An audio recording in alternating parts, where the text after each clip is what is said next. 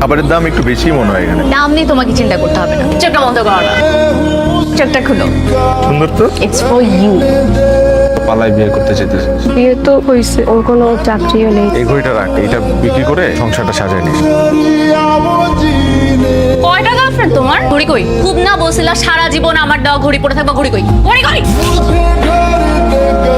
তোরে যে আমি একটা ঘড়ি দিছিলাম, ওই ঘড়িটা কই? ওই ঘড়িটা তো বিক্রি করছি। কার কাছে বিক্রি করছিস? ভাই, আপনি যে ঘড়িটা পরে আছেন, এই ঘড়িটা আমার ছিল। আমি একটা পরিস্থিতিতে পরে ঘড়িটা বিক্রি করে দিয়েছিলাম। ঘড়িটা আমি ফেরত চাই। এই ঘড়িটা আমি 3.5 লাখ টাকা দিয়ে কিনেছি। আমি তো এমনিই চাচ্ছি না। আপনার জন্য আমার কাছে একটি অফার আছে। কি করতে হবে আমার? আপনাকে একটা কিডনি ডোনেট করতে হবে।